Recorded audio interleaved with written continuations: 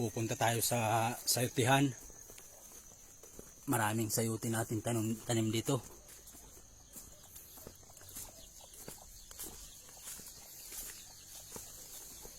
Ito na mga idol. Dito na yung napakaraming sayuti. Yun. Puro sayuti yan. Ano? Pakalaki. Kinambunga niya oh. Oh. Marami pa yun dito mga idol. Ito, ganito ang pagtanim mga idol. Kailangan ibibitay nyo yung parang mayroon siyang pagkapitan sa taas. Yan. Hanggang doon yung sa baba mga idol. Daming bunga oh. Ito pa. Para ka lang namimitas ng mga apple. Oh.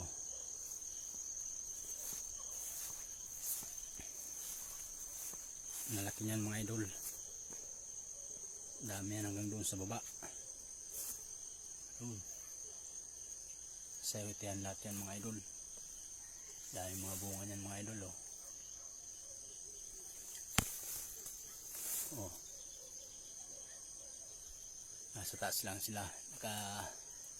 Bitay-bitay lang sila mga idol. Mga bunga nila oh. Punta tayo sa kabila.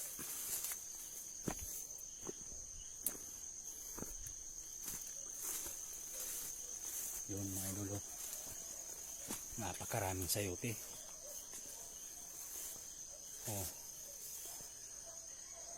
Ganito yung pagtanim niya. Yun yung puno niya mga idol. Ganyan lang yung puno niya.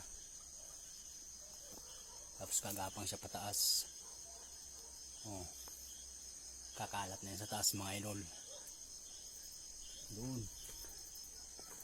Marami yan. Sisibunga pa lang. Yun, marami pang maliliit. Yun o.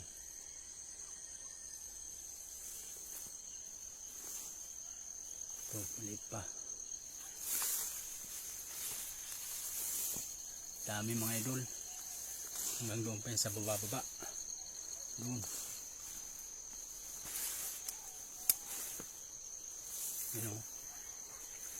Makikita nyo siya ang ganda ng paggapang ng sayuti mga idol. Talagang magandang negosyo ang sayuti mga idol.